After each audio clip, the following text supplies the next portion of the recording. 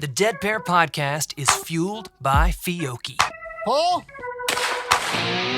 Welcome to the Dead Pair Podcast, coming in hot with everything you want to hear about sporting clays. Guy Fieri. How are you, gentlemen? Thanks for having me. Anthony Matarese Jr., how you doing tonight? I'm doing pretty well. Welcome back, David RADulovich. That's a net positive 30 minutes. Brad Kidd. Corey Cruz. Thank you for joining us this evening. Now I feel awkward. With your hosts, Jason No Rambo more Red Bull for you. and Sean Alley. Woo, yeah! Merry Christmas. Let's do it. Often imitated but never duplicated. It's the Dead Pair Podcast. And now, it's showtime.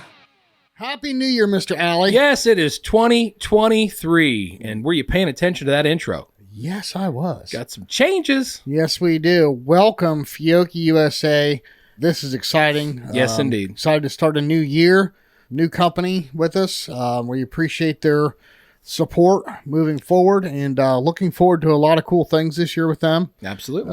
So thank you very much to Fiocchi, and we're going to have more on that later. Yes, but definitely. we'll talk about that here soon. I'm happy to be not driving. Right. Yeah, you've been a busy guy burning up the roads, man. I am. I went to Anthony's tournament that he had there in, I think it was the second week in December. What a wonderful tournament. Yeah. Of course, it's Anthony. The targets were phenomenal. But he set those targets for the target setting class. He set them for a reason. But the tournament was awesome. I mean, great food, great hospitality. And that's something Anthony kind of touched on with me. You know, he's like, a lot of people hit that plateau in master's class, like we've talked about so many times. And, you know, what's their drive? What do they keep coming? Well, it's the camaraderie. Mm-hmm. You know, it was cold. I mean, it was like maybe 40 degrees and raining. It started raining halfway through the tournament. Yeah. And you go back to the clubhouse and it was full. People were, great food. Mm-hmm. We had a meal that if you went to a restaurant, you'd pay $35 for it. Nice. You know, and great targets, and you got to hang out and talk with everybody and, you know, sit around the fire. He had a fire going in there. I mean, it was awesome. That's cool. Yeah. But I stayed he had his mental management and performance analysis class. Yeah, you were actually there to learn something, too. Yeah, so I stayed there for that Sunday night. Very cool. I think every shooter in the country should go to that class. The mental class? Yes. Very interesting. Anthony, look, dude, the guy's a world national champion for a reason. Mm-hmm. You know, he wrote the book on sporting clays, literally. Yeah, I've got it, too. So, yeah, me too. It's helped me a little bit, but I haven't got to that level but yet. He goes in, yeah, he goes in depth in that class. I mean, we were in that classroom. I don't think I walked out of there till 8:30 at night, and it started at 5. Wow. And, you know, what's cool is there was 22 people in that class with me. And, you know, when they ask a question, you learn not only from their question, but what Anthony's answer is, correct? You know, so it was really cool. It's like having a big round table with this leader of Anthony Matarese at the head of the table. But where else are you going to go and get that kind of information for $200? No, that's really cool, man. I'm glad that you went. Yeah. And then I stayed there on Monday and Tuesday and took his target setting class. Now, if you are a club owner, a club manager, target setter, even if you're just a trap mechanic, you're out of your mind if you don't go to this class. Really? Oh, it is. Learn you a few things, did he? I told Anthony, I said, and I hope he doesn't mind me sharing this. I said, you know, Anthony, I said, I've sold probably a dozen 5-stand packages this year where I went and set the traps up and set targets for them the first time. And I said, I thought I knew what I was doing, you know, and, you know, I thought I'd come to this class and pick up on some stuff. And he's like, yeah. And I said, I learned after the first day, I didn't know squat. He started laughing. And I said, but there's so much that goes into it. There really is. I mean, the unfortunate part of it is as a competitor, now every time I step in the box and I see a show pair, I'm going to be like, Anthony said that's not right. You guys need to fix this, you know? So, but no, there's some really great target setters in this country. Don't get me wrong. Oh, yeah. Yeah. And Anthony credited them in the class, but he explains detail why you do what you do and why you don't do certain things. And gotcha. We went out in the field and we reset 2 courses and, we reset 1 course and we went over the other course. Now, here's the interesting thing. I told you I shot his tournament on Sunday, right? Right. And we went back out there. We went station to station with a measuring wheel from the shooting station to where the break point of the target was. And there wasn't one single target. The furthest target there was 44 yards. Okay. There was probably only a handful of people that shot in the 90s. Really? Yeah. So you don't really have to go far and fast to make people miss. This is a tournament in New Jersey that had way over 200 people in December. And the high score, I think, was a 95. I think there was only like 5 or 6 people that shot in the 90s. Wow.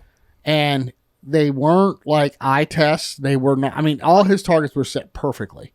No matter what the time of day, the sun wasn't in your face. You could see him clearly. You had plenty of time. The highest score was 95, and there was 5 people in the 90s. And the furthest target was 44 yards. Says a lot. It says a lot. It definitely says a lot. Some of the biggest misses were at 25 yards. That's awesome because I love those that just make you like just pissed off, mad that you miss. It's like, how did I miss that? It was so close. But if they know what they're doing, then it's definitely a challenge. We've seen some. But yes, I listen. Anybody listening to this, if you're a target setter, you work at a range, you own a range, you have got to go to this class. I mean, it's well worth the money. Now, does he only do it like one time a year, or he only does it once a year as of right now, or once or twice a year, and he books up quick. Yeah, I bet. But he limits the amount of people. I think 14 is the max number, I think, that he does with this. And, him and his brother there with us the whole day. It's really nice. I mean, they feed you well. They got drinks and hors d'oeuvres on Monday night. And it really is a good time. It is. But you learn a lot. So well worth the money and well worth the time. Well worth the money, well worth the time. But, good. Well, hey, listen, let's get on to our show here. So we're talking about performance analysis. Right. Analyzing your goals. And when I say analyzing your goals, I'm talking about analyzing your goals based off of your scorecard from a tournament. Mm-hmm. This can be involved. Yeah, to say the least. Yeah. We've got 2 guests coming on, Mr. David RADulovich and Chad Roberts. Yeah, both of them have a very good handle on how to analyze their performance. Yes, but what's really interesting, and we're going to hear them talk about it here in a minute, David goes about his scorecard analysis from like a physiological standpoint. Okay. Like I filled out everything. I've done his analysis sheet, and I mean, like he wants to know how you felt about those targets. Did you feel that you should have had 6 out of 6 there? Or did you feel they were above your ability level or at your ability level? And he's got a ranking system for them. He wants to know how much sleep you got. How were you hydrated? What was your diet like? I mean, he goes in depth. Chad doesn't want to know what the targets were like. He doesn't want to know what you ate or didn't eat. He looks at your scorecard strictly. I mean, like you send him a picture of your scorecard and he's like, if you were shooting lights out, this is what you could have shot. And this is where you can clean things up. And this is what you can do for training. So Chad's is more of a technical or fundamental approach, where David's is more of a physiological approach. Mm-hmm. So it's pretty interesting. We'll let them speak for themselves. We're going to get them on the phone here in a minute. And then I think, why don't we do that? Why don't we get them on the phone and then you and I will just kind of feed off of everything they said. That sounds like a plan. I've got a lot more to add to it. So folks, we're going to get David and Chad on. And when we come back, I've got a lot more to add to this. And Sean, I know you've got a whole page of notes here too. Yep. So let's dive into this. Cool.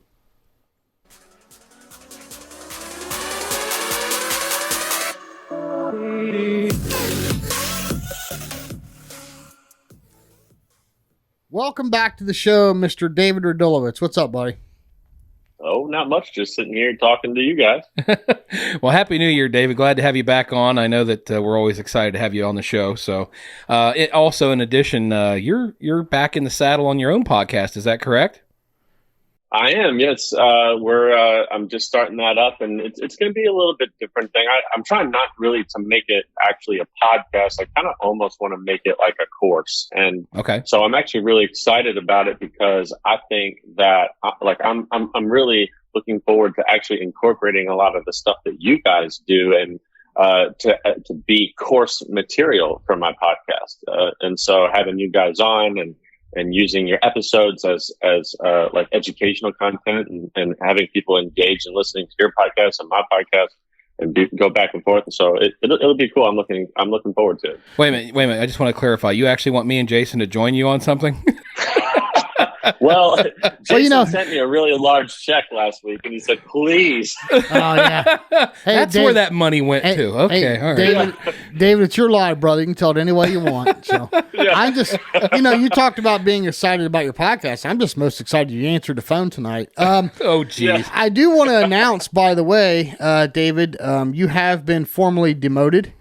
I heard about this. This is funny. On the Path Part 1, we broke everybody down into 4 categories of shooters, and you came on and said that there's the 5th category, and you placed yourself in it.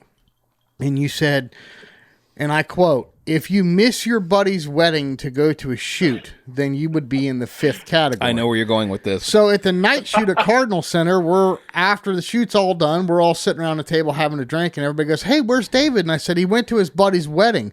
And you should have seen everybody's eyes light up. Yeah. It's like, wait a minute, didn't he just say? Yeah, I mean, and there was things. I ate my words on that. Yeah, and there was things said at that table that couldn't go on Gary Fitzgerald's podcast. Right, So, right. you have been formally demoted to a 4.2. We figured I this think out. that's fair. So 4.2, Dave. We have to work on that I'll this take year. it. Listen, I'll take it. I'll take it. Well, listen, we're talking about on this Path Part 3 performance analysis and applying it to your goals and seeing where you're at. And I think it's really cool because you and Chad Roberts both have different ways of analyzing score sheets or analyzing performance from a tournament. And let's face it, that's the ultimate scorecard, right? Is the scorecard from a tournament, right? That's our report card. How well we did our homework. Test. That's our test. Now, I had mentioned before we got you on here that you kind of come about it from a physiological standpoint, and you made the comment that it's more of a holistic approach. Can you, as blandly as David RADulovich possibly can, break down for us how you go about the analysis of someone's performance at a tournament? Yeah. So as blandly as I can explain, basically, not explaining the formulas and the metrics that I'm looking for, but just talking about what things I'm grading from the shooter. I break it down into a total of 13 different categories. 8 of them I consider to be like main overarching themes, and 7 of them I consider to be subcategories that all fit inside of the first 8. And those 13 things are things, it's everything that is required to put together a performance that is as good as you can possibly be that day. So, and it's not just the things that are required to do during the round. It basically starts grading you on what you're doing prior to going. So like the 8 categories that are overarching themes are your round maintenance, which includes preparation prior to the shoot and your execution of that during the shoot. Then you have physical mechanics, which is like researching, planning, and your execution of that. You have the visual mechanics. You have visual acuity. You have relaxation prior to the shot, grading yourself on your awareness of it, your management of that, and your effectiveness of that, of your management. Your pre-shot routine, your post-shot routine, and your presence during the round. So I look at all those main categories, and then the subcategories are your preparation, your execution, your research, your planning, your awareness, your management, and your effectiveness of that management. So I'm looking at all of those categories to see how you're doing in all of them, and then looking at common trends and themes using a bunch of like analytical stuff, compare contrast data and a bunch of formulas, and basically can put together a full holistic picture to say, okay, this is your lowest hanging fruit. This is what you can do to bring that up. And this is exactly how many targets it will get you back in the next round. So that's what I tried to do. Gotcha. So when someone goes to your website to fill all this out, is this like free, or how does this work? Yeah, it's completely free because I think it's important to use. And so you can go to dradulovich.com/shoot. You can just Google search my name and then shoot analysis sheet. And you can fill it out as many times as you want at any time of the day or night as you want. And within 3 to 5 minutes, you'll get an email response with an uploaded PDF that has all the data that you input into the form compiled into a really cool looking sheet that basically analyzes all this stuff for you. At like some of the categories that it says, it'll tell you your worst category, how much room for growth you have in that, and how much it will increase your score if you do better at that. It tells you your best category, the easiest thing you can do to improve your score, and how much that will improve your score. It tells you, like, based off of station difficulties, how well you perform on those stations, why. It tells you how hard the course actually was. It tells you your best possible score. It tells you the average course score. Tells you your par score, which is my favorite thing on there. That's easy to look at, which basically just says, like, okay, that's if you filled this sheet out 100 times for 100 different tournaments, your par score would be what score you would have shot if all of those tournaments were exactly the same day, time, targets, difficulty, everything. So it allows you to actually truly track your progress, whether or not you're improving or regressing, because it doesn't incorporate the difficulty of the course into your score. It tells you just a bunch of really cool information. Gotcha. So, Dave, let me ask you this. When people are trying to evaluate their performance, I mean, obviously there's the short term, like maybe a week or a couple weeks. There's the long term, maybe 6 months or a year. I mean, how important is it to look at the short steps that you're taking to make improvements to your game? I mean, whatever you're working on, whether it's, a particular type of target, whether it's your mental state, whether it's, your gun movement or whatever. How important is it, or how much emphasis do you put on small gains in the short term versus what you would gain like over the course of a season? Or how do you weigh that? Yeah. How do you weigh it? I almost don't weigh big steps at all. I don't even talk about them.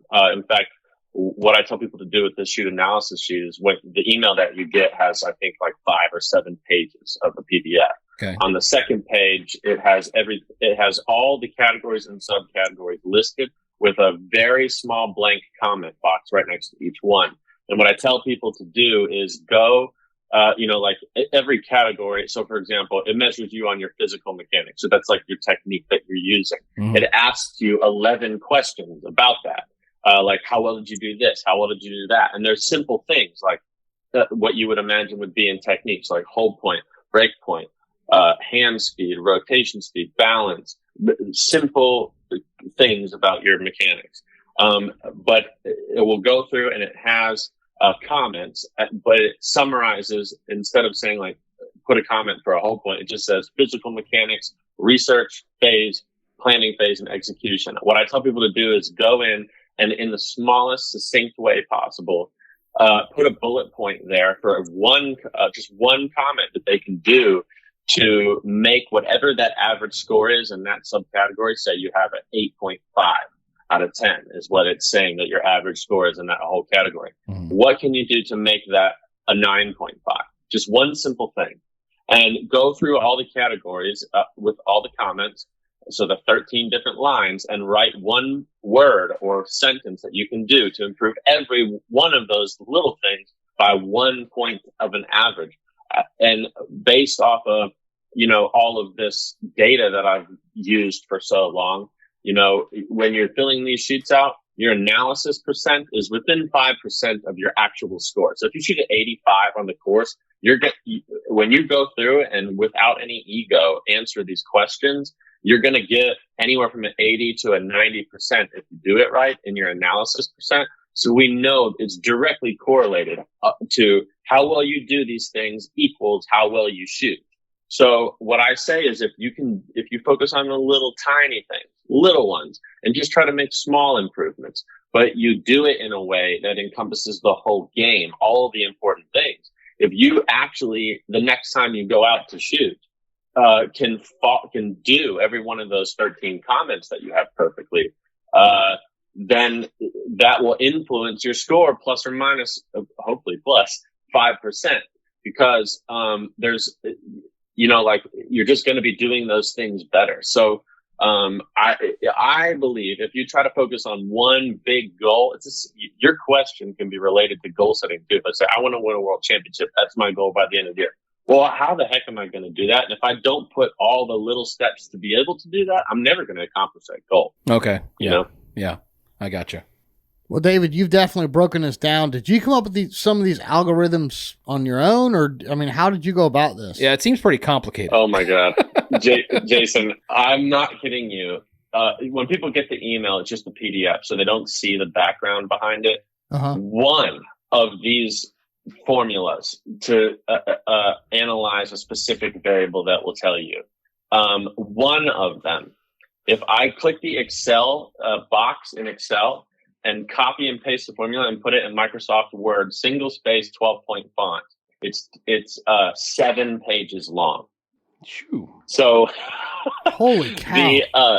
I'm not kidding you. It's ridiculous. No wonder you don't answer your phone. Yeah, it took a very long time, and it took a lot of help from my students of using this thing so I could get more and more data to be able to check, and then I pulled some data off of WinScore and Score Chaser to test it. And so, it was just me experimenting around, being a nerd and super OCD about stuff and being annoyed if things were slightly wrong. That's amazing. I mean, that really is. It is amazing. Yeah, it's cool. That's a lot of commitment, man. Yeah, for sure. Yeah. It's a really incredibly valuable tool, which is why I made it free, because I already did all the work to make it happen. And so it costs me no time or money for you to go on my website and fill it out. But here comes the sales pitch. The sheet that you get in an email, if you don't know how to read it right, and you can't put together the trends and see what these numbers are telling you. I mean, like I said, I listed some of the numbers that it gives you and things that it says, but there is so much more to this. You can go on and you can book a video call with me after you get it, and I'll teach you how to do it. But basically, use the sheet yourself. You never have to call me for anything. If you learn how to read this, you can fill the sheet out, and it'll say all this information. And then by using that information, you can build yourself a practice plan. Like, these are my goals. These are that I want to accomplish this year. And this is what I'm getting back by this analysis. And it's telling me these are my worst categories, and it's costing me this many targets per round.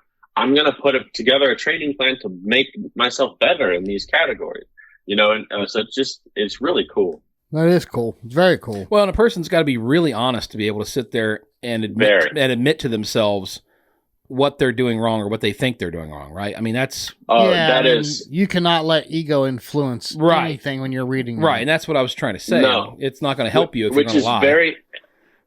It's such a cool thing that you brought up, Sean, because that's so true. And that's one of the underlying subliminal things of this sheet. So I have one pulled up right now.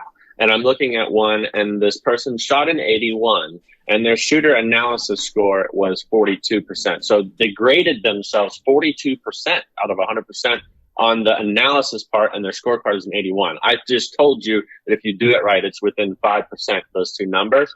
So I can immediately assume that this person probably is incredibly critical of themselves. And so what we can say about that is, if that's the mindset that we're taking to what our execution of our process is, then how is that going to influence our interpretation of how hard the course is? Right. If I'm looking at the number here, he's graded it as a pretty hard course. I would imagine it probably was a little less hard. And then also, if that's the case, and that's the mindset of this person, then we can also assume probably that they may have a lot of doubt in deciding their research and planning phase for what they're going to do for their mechanics and stuff like that. But part of this sheet is that subliminal is it teaches you to be honest and take ego out, whether it's good ego or bad ego.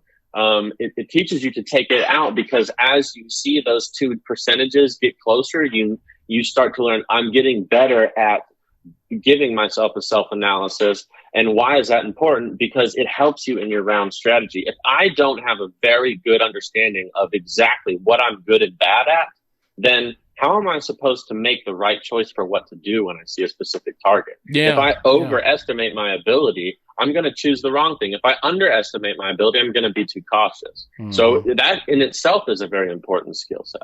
Wow. You have definitely gone down. I mean, we said don't go down the rabbit hole, but that's going down the rabbit hole. Man. Gee, many Christmas. Down a rabbit hole. That's like down a canyon. Right. You gotta remember, David, and especially if you're even seriously considering having us on your show, you're dealing with two dumb rednecks over here. Okay. I mean, like if you I actually identify with hillbilly. So. you know, all this algorithm stuff. We just look. I just found that word in the dictionary 20 minutes before I called you. Okay, so yeah, you looked it up in the list of words I said I was going to say. Yeah, right. Thanks for the bullet points. So yeah, you're welcome. But no, I'm extremely fascinated by this, and you know, we're about to get Chad on here in a minute, and I'm fascinated by the way he goes about it, which is a little bit more of a simplistic way. But it's funny because there's a lot of the things you said that were like keywords that I was picking up on that Chad has used too. So it's two different ways.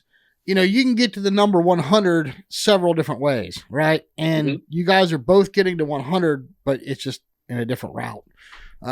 Very interesting, very fascinating. I think they're both valid, and so it'll be cool. Every way is valid if it works. Right? So if that thing flying through the sky breaks in a bunch of pieces and puts an X on your scorecard, it's got validation to it for some reason, right? Yeah, I always feel better about it when it does. Right? Yeah, so, me too. Yeah. Well, awesome, David. We appreciate it very much. Yeah. Look forward to working with you on some things going forward.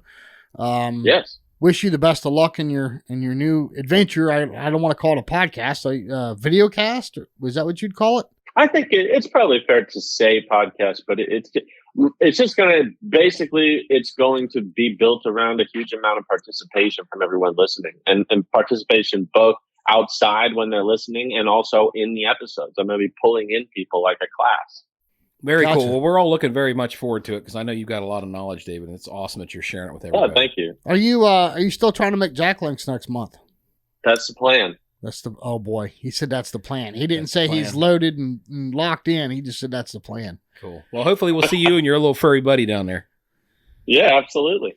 And I hope you weren't talking about it. He's like his girlfriend. Easy. No. I didn't know where you were going with that, Sean. Okay, but I know you're talking about Bella. Yeah, I'm talking about that little furry cocker spaniel. She's a great dog. So Bella's awesome. Oh yeah. So, well, thanks again, buddy. David. We appreciate it very much. Got a million things we'd like to talk to you about, but we got to run. We got Chad coming on here, and we got to keep him from going down a rabbit hole too. So. Well, good luck. Yeah. All right, Dave. We'll see you later, man. Yeah. Be good. Yeah. Thank you, guys. I appreciate it, and best of luck, and happy holidays. Yeah, you too, buddy. Thanks. All right. Joining us on the phone, one of my favorite guests of all time, Mr. RAD, Chad Roberts. Chad, how you doing, buddy? What's up, my friends? How are you guys doing out there in the cold? Freezing our tails off. Yeah, I was going to say, it's probably not very cold in California right now, is it? Yeah, I think we hit, at night it is. It got down to 38 last night near my house, but I think it's 65 or 67 outside right now. We feel bad for you. Not. Yeah. So, Chad, we're talking about performance analysis, and we just had David on, and he's got a really cool algorithm that he put together on his website where you can go there after a tournament and enter all the data, and it has kind of like a holistic approach or a physiological approach to analyzing your performance from a shoot. Now, I have sent you my scorecard several times, and you have a different way of analyzing just the scorecard in itself without all these factors of sleep and hydration and, you know, all this other stuff. I mean, I think David said he's got 13 different categories that he breaks it down into. Can you explain, I mean, obviously not how to do it, but can you explain how you go about analyzing a score sheet? Sure. So, It's funny that you guys were talking to David about that, because I follow David on all the social media, and we talk a little bit. And I actually did his deal where I went online and inserted one of my scores on his program, not because I wanted to see if it was any better than mine, but I wanted to see how it compared to mine. Like what did I get out of it compared to how I got out of it out of what I do myself. So what I found is the outcome, the very end outcome of what he came up with, or what the system comes up with, and then me sitting down and doing my own scorecard was within one bird. And I did feel that feeling part, and that organic approach, or just that holistic approach, like you said, with his style of programming. And I think it's pretty cool, because I think if you're super crazy busy and you have a friend like a computer that can do all the work for you, that's pretty cool. For me, I'm kind of old school, and the reason why is because I took it from the BMX racing days. So, both of you guys can probably agree to this. When we have all raced or did something in our past, we had to analyze or figure out how to get better. If you have a coach that's standing there telling you what to do, you might just go blank in the mind and just do whatever they say, and you might get great results. Then the coach moves away, they quit, they do something, and then you have no way of, going up that hill again. And so I just kind of started looking at that when I got into this game of how we can help ourselves, and or better yet, me helping people out there. And so I came up with a way, and it's probably something that other people do out there, but I basically put my own algorithms to a scorecard, but not from a feeling point, but from a actual very visual and fundamental based side of it. So for me, for example, I did David's, and then it said, if I was shooting at the best that I possibly could shoot, I could have probably shot a 91. I shot a 90 that day. My algorithms put it at a 91.5. I always round up because you don't get half targets in this game. So I would have shot a 92 on my best day. 92 won the tournament. I personally felt that there was probably a 93 on the course. I talked to the target setter. He said originally that he set it for a 93 or 94. And then after he saw it that morning with the sun and the way the weather was, it was probably more like a 90. So I was right in that area where it needed to be. So in BMX, if I go to the track 5 days a week and I do gate starts all night, every night and every day, and I go to a race and I hole shot every one of my races, but I lose it over the first jump because I don't know how to pedal over it. Well, then I got to go to the track the next time and do my first jumps. And then you get over that part, and the next week might be the doubles or something within the track gets you. And after a while, if you've been doing it long enough, it's very confusing of what to do. And I think there's a lot of coaches out there that we sit out there and we tell everybody, you got to go shoot 3,000 rounds before you see me, or you're going to do some kind of grid process. Like David and I talked about on the videos where, different angles and different distances, but how do you put it together? And so the only time I talk to the student on a card is if I see a lot of dead loss, or lost, dead loss. Usually I just need to ask one question is did you, for me, there's only two reasons why a person missed that target. And it's usually either A, they don't know how to transition from the kill point of one break on the first break point to the hold point or setup, I should say, for the second bird. So their transition's really either too slow, too fast, whatever, or they have no clue what that target is. And depending on the class that they're in, I just have to ask those questions. It's like, hey, you got a dead loss here. You ever seen that bird before? Oh, it was an overhead tower shot, and we don't have towers at my local club. Okay, well, I can throw that one out. So basically, I look through the card in your first pairs, your middle pairs, and your last pairs. And my algorithm will basically, it doesn't basically, it flat out will tell me what I need to do with my student, especially if they're not near me. So for example, with you, Jason, you could send me a scorecard and I can ask a few questions. You've seen it, a couple texts or whatever. And I could tell you that you really need to do first pair training. There's different words and different phrases for everything, but basically there is a training regimen that I built on my own over all the years of good coaching, on how to train for a first pair. And that comes down to your planning and stuff like that. And then there's the trust training. And that could be somebody that is missing they hit the first pair, dead loss, dead pair. So they're missing their middle pairs because they don't trust what their plan was. So I put in training for that specifically.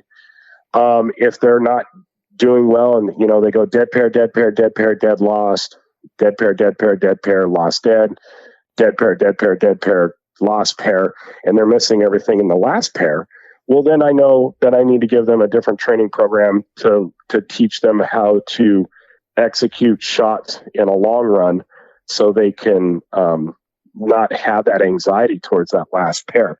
So everything I do is around that. And like I told you guys, and I've told the listeners before, I take a millennial approach to this game, which is the least amount of work with the best outcome based on your financial and your time and, just where you're at in life and weather, like what you guys are in for right now.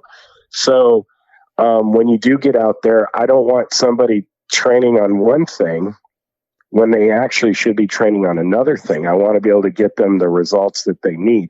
Now, granted, everything that even David and I do, we're analyzing a past effort, something that just happened. So it gives us a good idea to what you're doing. And the more we do, the easier it is for us to know what we need to work on. So, that's why I call myself a coach, because hopefully if a person is coming to me more than just one time, I am working with that person in a long-term basis to the point of being able to see these trends and be able to help them. There's other stuff within the thing. If you got that dead loss, and they come to me and say, okay, it's not my transitioning, but I don't know the target. Then when we go to the club, we're going to find that target and we're going to work on that one for the day. And we're going to grid that target.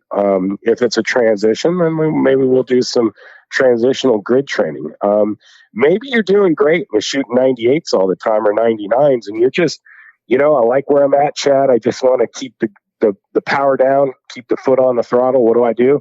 We're going to go out and do some groove the move training and maybe add in some killer eye training and some things like that just to keep you sharp through your time that you're working when you do go to the club. So you're not just out there wasting time, money, effort, shells, all that good stuff. So it's something I've been doing for a long time. And, I was able to test it against David's, test it against mine. And I think we both have great outcomes. It's obviously a little different one way or the other. But yeah, they work really well and it's pretty cool. Gotcha. Well, Chad, I know you worked with me a little bit when you were in town for the Ohio State shoot, and I appreciate the time that you spent with me. You did go through my scorecard. You showed me a few things, and just like you said, if you're missing a first pair or middle pair or last pair, it really kind of tells the story. But when you're actually talking about a person that has like wild inconsistencies, like let's say they go to a tournament this weekend, they shoot a 75, then the next week they shoot a 90, then the next week they shoot a 68, the next week they shoot an 81. What do you attribute that to for people that are kind of struggling? They're just kind of yo-yoing up and down. Not fun. I have a student that does that. I have a student that probably shoots. He's probably going to kill me when he hears this podcast, but sorry, buddy. He shoots probably 1,000 to 1,500 targets a week. Okay. So he has time. He has time a week. Wow. Yes. He has time and he has money. So he can shoot, and he's out there. He's a great shot, and he can punch it into the 90s, and he punches it in the 80s, and he punches it in the 70s. When he doesn't follow the process of training, meaning that he doesn't let me analyze his scorecards, and he doesn't ask me what he should be working on, he goes down to his 79 to 81 average, and he will sit there, and he's okay with it. When he's not okay with it, or he feels like he's struggling a little bit, we sit down with a scorecard and we look at what he's doing. And, we have a little bit of it's blatantly obvious where he's missing from a mechanical standpoint, and mechanical, technical, visual, all of them above, where he is missing and where we need to work. And then it's up to him. I can, the old adage, you can lead a horse to water, but they have to drink it. So, if you don't do it, like I don't mind saying this about Jason. Hopefully Jason doesn't mind, but, I gave Jason all the tools, we wrote down everything I wanted him to do before the nationals, and there was, everything was in line with where he needed to be. And the problem is that he ended up being, he had another issue, and that was having people, he had that online thing with the super squad kind of ball everything up. So, right. So there is some, I don't do it for FETAS necessarily, or some of the side events where like super sport, because there's so many first and second shots taken. I have done it. But it requires the person to really know how much they've shot. I shot layout 4, and it took me 10 shells to hit 5 singles. So I double barreled every single. So it takes a little bit more of a conversation. But yeah, I mean, if you can give me some kind of map, which is usually your scorecard, with a minimal amount of questions, I can lead you where you need to. And that's something that I took pride in, because, nothing against all the guys out there, but, I've had multiple coaches in this game, and they're busy. And I just get done, I shoot a lot out here in California, so I'll shoot a local event and call my coach. You might not have time to talk to me there, and go through everything that I went through. So, I think this is probably why David did what he did online, so he could have that extra person help him out. And it's what I do with the scorecards. It doesn't take that long to do. I can usually do a card in about an hour. And then I send it back to the customer with a long email and explanation of where I want them to go. And then we speak down the road, usually by video, email, or video calls, for training or lessons, or in person. So let me ask you this, Chad. David offers his analysis for free. Sure. What would you be willing to do to help someone? Someone that's listening to this and they're like, "Man, I'd like to send Chad my scorecard," or I really like it's $1 million, dude. It's right that's there. It? Sorry, so yeah, that's it. $1 million. Sean, get me a check. It's inflation, baby. Yeah, give me one of them Pro Sign Studio checks. $1 million in small unmarked bills, right? No. So here's what it is. If I have a student that goes and takes lessons, more than one lesson with me, where they're actually treating me as a coach and not just an instructor, where they're taking, most of my students are long-term students, and I'm sure as I get more out in the world, I don't see people as much, But if I have somebody committed to me, I do it for free. What I'm doing right now is if anybody wants me to go over their scorecards, just send me their main event scorecards or their side events that are 50 targets a piece or whatever. That's not a super sport or FUTAS. I'll keep it simple. And send me it to my email. I'll do their first card for free. That's And awesome. So That's you want very good. the BPSI Pro? Yep. So that's BPSIPro@gmail.com. okay. All right. And then You can text it. You can text it to me also at my phone number at 949-637-3001, and then just leave me your email address with your text picture of your scorecard and who I'm talking to, because I won't unless I know them. And Your phone's going to explode after this. You know this, right? well, I don't care. And That's I what know, I do. I know this. This is going to be the first question he asks you. He needs to know which station you started on. Oh, yeah. Right, Yes. Ted? Yes. Yeah. And you guys everybody's usually pretty good about putting a little star or something on the station that they circle it so they don't mess up themselves. So they can. If somebody screws up a scorecard and they you hit the bird like a dead lost, and they kept on writing lost, dead, and then you go back and you're like, hey, that one was wrong. Just let me know so I can understand what happened there. I get some pretty ugly scorecards sometimes. So, geez. Well, overall, that's very generous of you, Chad. That's definitely going above and beyond. Look, I just felt from my racing days that, my coach would be like, why do you go to the track every day and just do gate starts all night? And I'm like, well, why not? That's what, hole shotting is part of that's 80% of the race. He goes, yeah, but what happens in the corner when he passes you? Where I lost a lot of world titles and a lot of national championships in the second to last in the last corner. Just because I'd get out front and basically not know what to do. And, I got better at it, but I had to train for it. And until somebody can see that, I see so many people just going out and shooting, like my student, he goes out, 3 times a week, 4 times a week. He's shooting a case a day, shooting 1,000 targets a week, and he just shoots with his buddies, and they talk about stuff. They're like, on all of our courses here, we have 4 machines on each station. So he'll go over there, for example, and go, okay, give me the 1 target, give me the 2 target, now give me the 3 target, and give me the 4 target, and then just, okay, give me the 3-4 report, and do it 2 or 3 times, and then, okay, that's good, give me the 1-2 report, and then move on. And there's no purpose to that. And for me, and I've talked, and I know you guys have videotaped it, David and I've talked about it, training is the most fun.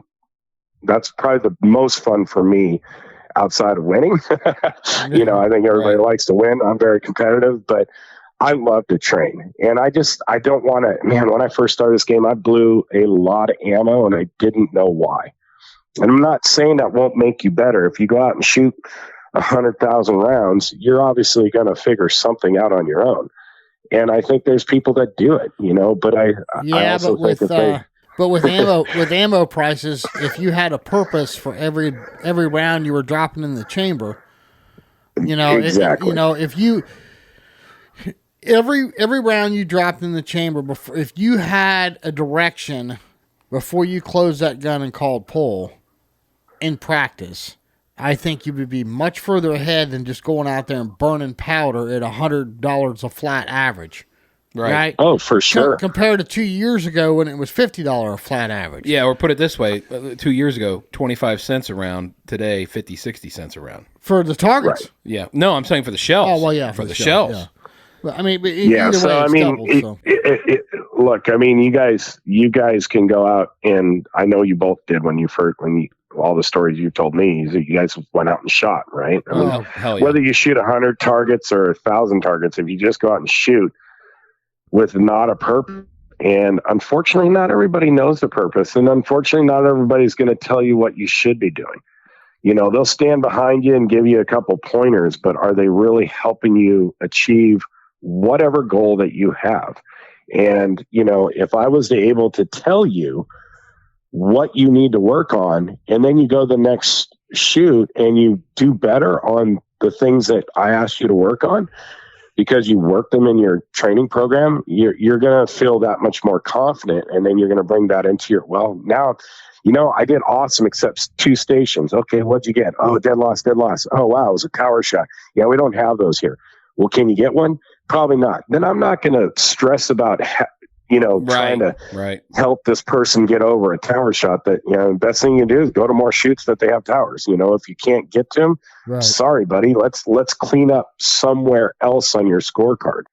And when you can do that, you take a C-class shooter and it's like, hey, you can drop 25 before you even start today. Which 25 do you want out of your scorecard? You want to go 0 out your first 5 stations? We can do that, and you can still do a 75. Right. Don't miss. You know this, Chad, because you took Anthony's target setting class last year, like I just did, and we went out on the tournament course, and the most misses on a station came from a pair of targets. So one was at 25, and the other one was at 30 yards. Yep. So you know what I mean. Yep. So okay, he lost 3 targets on a tower, but how did he do on that station where there was 25 and 30 yards? I bet you he missed a couple there, didn't he? You know what I mean? So it's that kind of stuff right there. And that's what I find fascinating about what you and David are doing with these scorecard analysis, because without being at the shoot, without seeing the targets, without understanding weather conditions or, whatever, I mean, you guys have got a way that you can break down these scorecards and say, hey, look, this is what you need to train on. And that to me is fascinating. How can a guy in California that was not there, didn't see the targets, didn't see what was going on, and he's like, this is what you got to do, and he's right. And that's fascinating to me. So I greatly appreciate that. I think if you guys have more time with a person as a coach, you can always have the conversations from my perspective. For the most part, I mean, I'm a master class level shooter. The mental game is very important to me. So that's where I'm training right now, probably harder than my, my technical game, even though I'm still training my technical game, just not focusing on it as much right now. I'm focusing about what I'm doing before I call pull, because that's just as much training.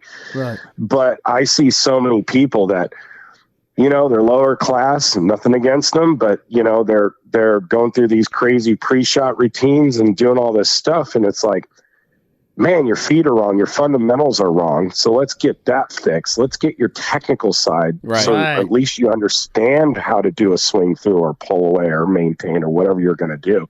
And then let's incorporate that into your training and get these and clean up your scorecard so you can start running stations. Right. With a purpose, like we talked about.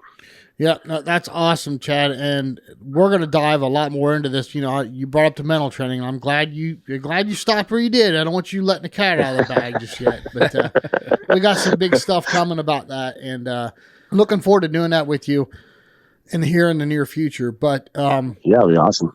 But thank you very much. Appreciate you offering that to the listeners. No problem.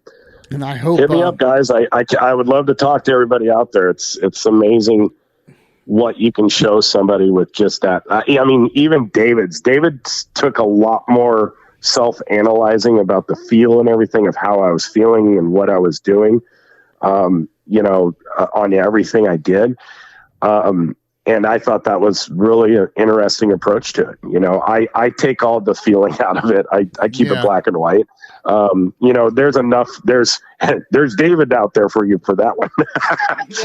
Right. I'll work on that other side. I'm dealing with a lot of people that shoot 65s and 72s and 81s all the time, and they're bouncing all over, and I want to help them to get better technically and help them on the actual physical and visual part of the game up front. Well, and you're always eager to help people, and we really appreciate that, Chad. I mean, you're one of the good guys out there. So hopefully if you guys have a question, you'll get a hold of Chad, and he'll be able to help you out one way or the other. So, excellent, guys. Well, Chad, thanks, buddy. I'll be talking to you soon. Welcome. You know that. And yes, we look forward to getting you back on here soon. All right, boys. You guys take care. Thanks for having me on. All right, man. Have a happy 2023. You too. All right. Take care. See you. Okay, Sean, so we heard two different perspectives, one from Chad, one from David. What's your thoughts? Well, I think you have to look at the people that Chad and David are, number one. I mean, David obviously is way analytical, way OCD. So he goes really, really, really, really far down, really, really deep in what he analyzes and how he looks at things. And I'm not taking anything away from Chad. Right. I think, between the two of them, I think you're going to arrive to pretty much the same conclusion. I think they both have, a great understanding of the game, and they have a great perception of when they're coaching or teaching somebody how to look at them, how to break them down, how to figure out what's wrong and fix what's wrong. Right. So that goes without saying. But, I've done time with Chad. And I showed Chad my scorecard when we were practicing for the Ohio State shoot, at my previous shoot. And I went through what Chad's done for you many times and broken down my scorecard. And it's really amazing that he can ascertain just by looking at a scorecard where my problems were. Whether I was missing the first pair, the middle pair, or the end pair, like he stated. And by doing that, how accurate he was and how he was able to pick out a number and say, well, on your best day, you would have shot this. And It's just like, how do you know that? Well, he's done this for me several times, and I'm just I'm just going to use numbers as an example here. I shot at 80. I felt I should have been at, I don't know, throw some stupid number at it, 90, right? Right. And he's like, on your best day, you could have been at 85. And you immediately want to not believe argue. Well, no, not argue, but you don't want to believe in what he's saying. Protest. You want to protest that. Mentally, right. Yeah. And then you sit down and you listen to what he says and why he came to that conclusion. And if you really look at yourself hard in the mirror, he's right. Yeah. No, I agree. And I think that both he and David have been around the block, so many times. Right. And they've dealt with this, hundreds of times with hundreds of students. So I don't doubt what they're saying.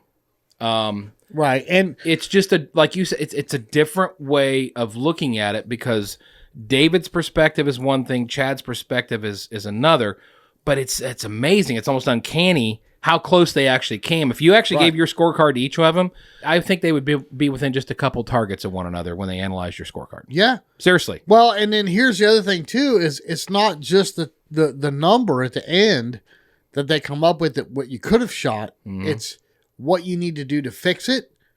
They almost identically fall in line.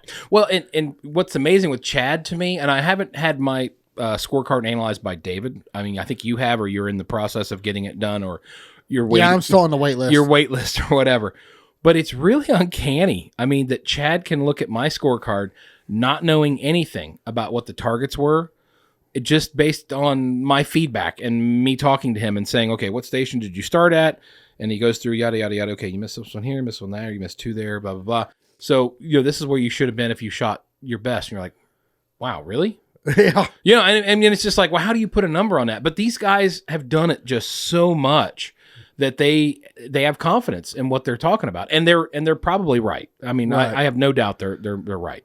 Well, this is where our buddy Don Grant comes out in me, because I have another way of analyzing your scorecard. Okay. I'm a firm believer in that there's a positive in every negative. Okay. Sean, you know this story just real quick. My dad dying was absolutely devastating to me. Yes. That is a major negative. The positive of it is I looked at his life and he retired in August and died in January. Right. Right. So the positive is that it gave me the encouragement to go off on my own, start my own business, do what I love for a living. Yep. The old saying, if you do what you love, you never work a day in your life. Mm-hmm. If Dad hadn't passed, I would have not ever done that. Yeah. I wouldn't have taken that step. So, and great things have came, this podcast came. Yep. My dealership with Atlas Traps, my dealership with Rainier Claybots, and the people I've met and the people that we've became friends with. Oh yeah. But okay. So again, finding the positive and negative. I was very fortunate. Chad squatted with me for everything for the Ohio State shoot, the FTAS, the prelim, the main, super sporting. And during the prelim, he was analyzing me and I didn't know it. I didn't ask him to do it. Okay. I mean, yes, he's my coach, but I didn't ask him to analyze me. That's not why I wanted to shoot with him, because he's also my buddy, and I wanted to shoot with him. Right. At the end of it, and we all have done this, everybody listening to this can relate. You look at that number on the scorecard and you look at those zeros and you just get down on yourself. And I was super bummed. I looked at my score and I was like, man, and he said something to me that has turned me around since then, since August of 2022. He said, you shot better than you scored. And I looked at him with a hairy eyeball. I'm like, what? He goes, you were making excellent moves to the target. Your misses came in the beginning. You corrected. You ran the rest of the pairs out. If you were struggling on a target, you stopped, you slowed down, you thought about it, you ran the process, you worked on your process, you didn't throw shells, you didn't show emotion to a miss. And, he's like, you shot way better than you scored.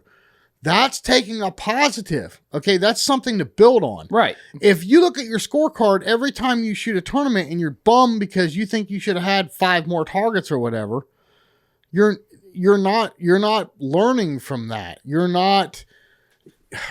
Okay, so I guess my biggest thing is you learn from your negatives, but you make a mental note not to let that happen again. Right. And then you quickly move on from it. You build on your positives. Yeah. Right? I mean, what went right? How can I make the rights happen more often? How can I expand on those rights?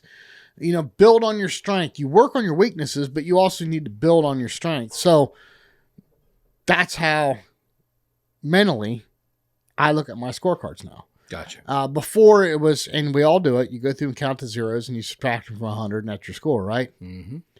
And I still do that to get my ultimate score, but I look at, as soon as I do that, I start looking at the runs that I had. Mm-hmm. Man, look at that. I ran 4 stations or 5 stations or 6 stations in a row or whatever.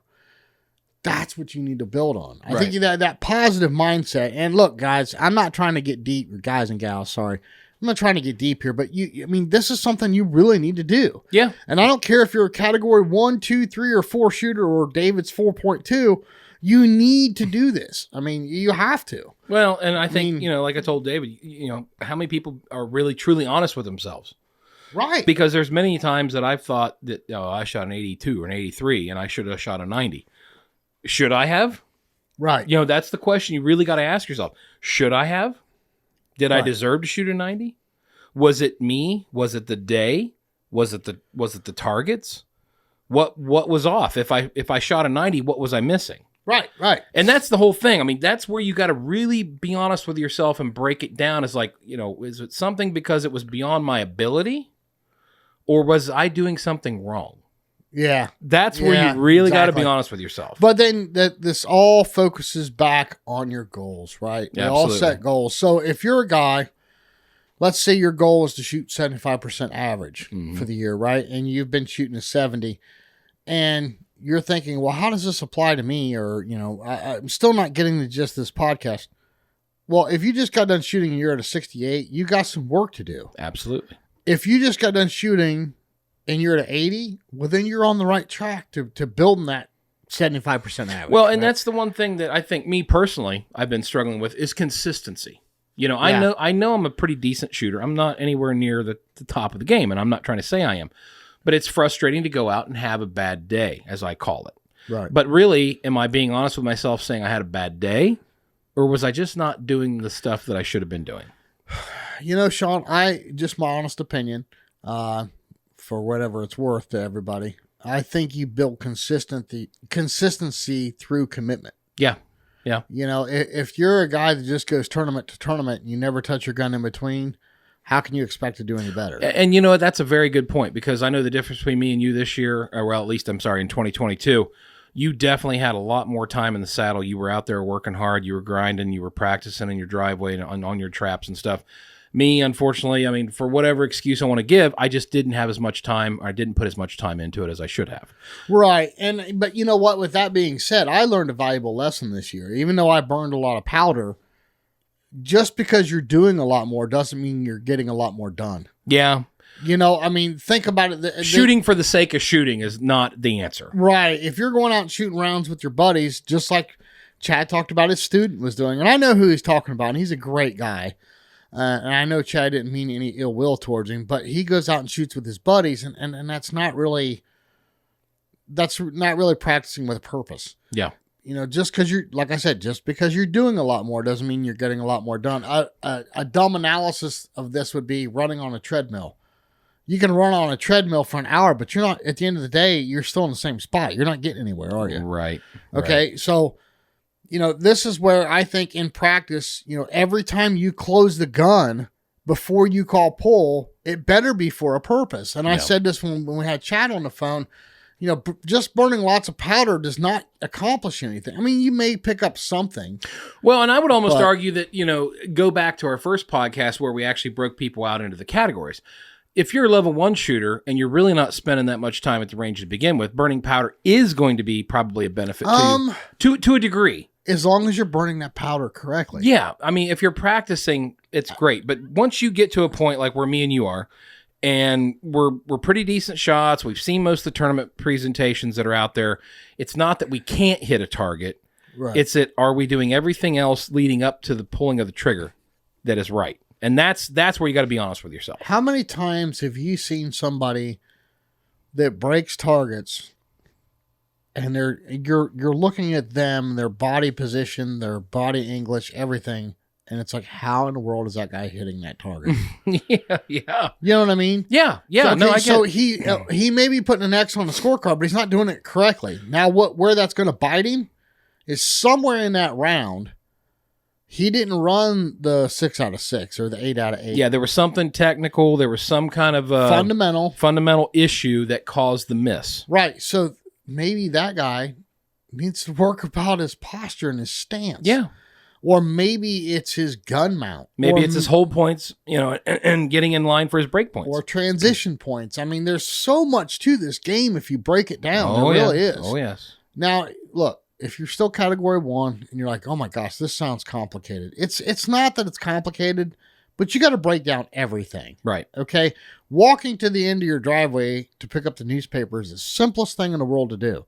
But you know what? I can break it down into every step you take, every muscle you use. Right.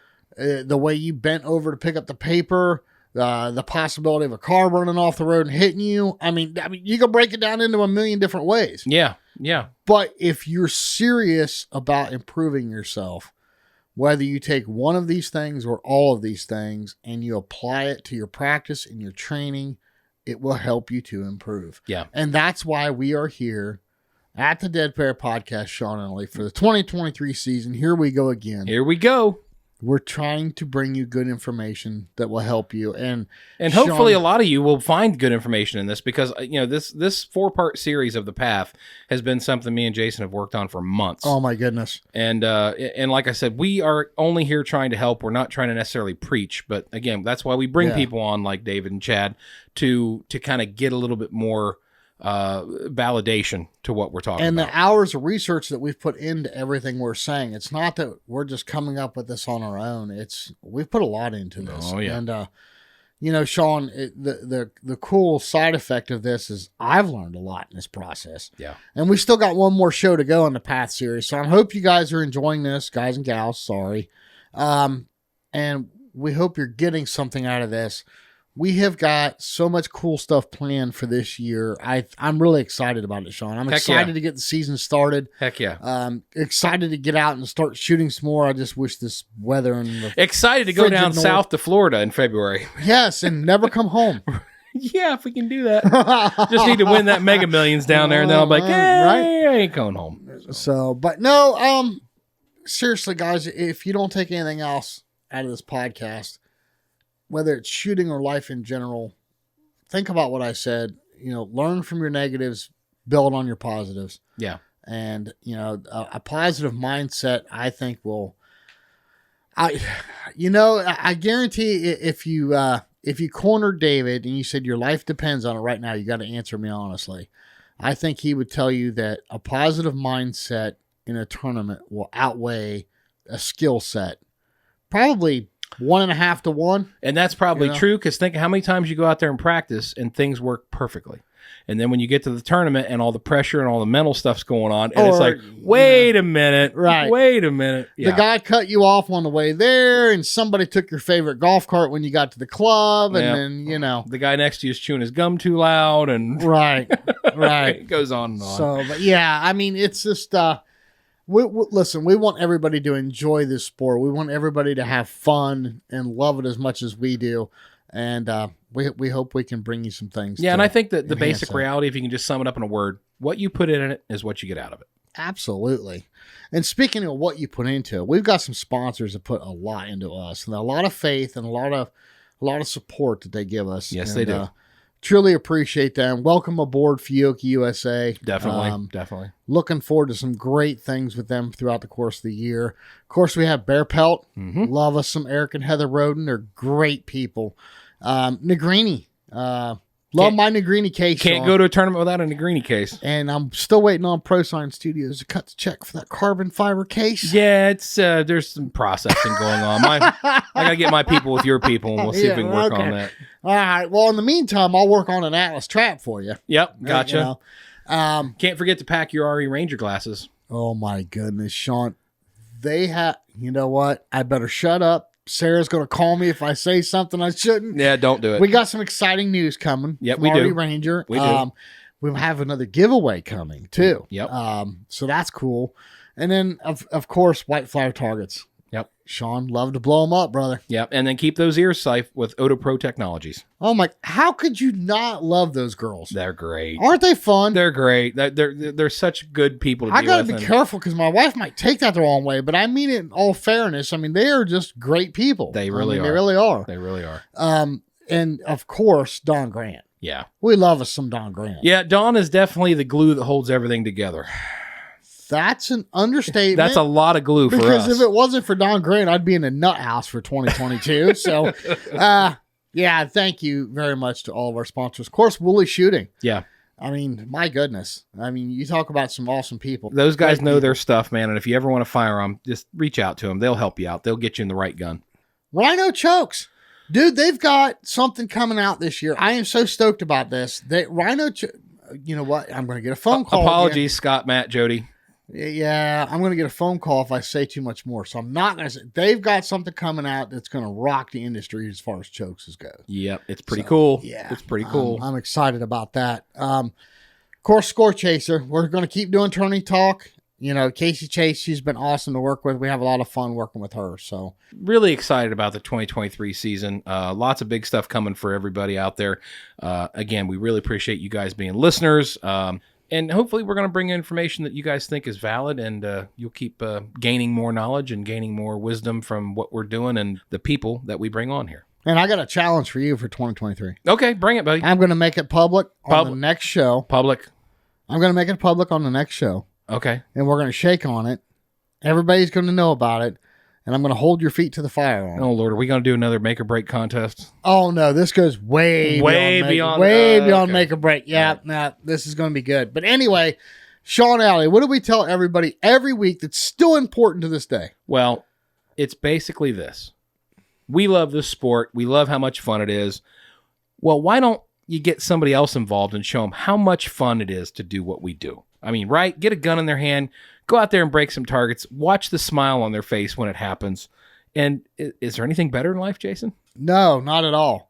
And if they start doing that and they start loving it, well, then they're going to need... You got to take them to a tournament. You got to take them to a tournament. You got to get them involved with all that, meet all kinds of people, travel all over the country. Get those competitive juices flowing. See the wonderful array of courses that we have all across this great country. And then make sure once the bug has bitten them, oh, well, then they've got to go to the deadpair.com. Yep. We've got a new website they need to check out. Right. That's coming. That's coming. So, and they need to check and start maybe catch up on some episodes. Yep. Make sure you listen to all of them, and definitely give our sponsors a good shout out if you need something, you know, if you need chokes, if you need ammo, if you need a gun, if you need a vest, if you need eyewear, if you need earwear. I mean, the list goes on and on and on and on. They're great people.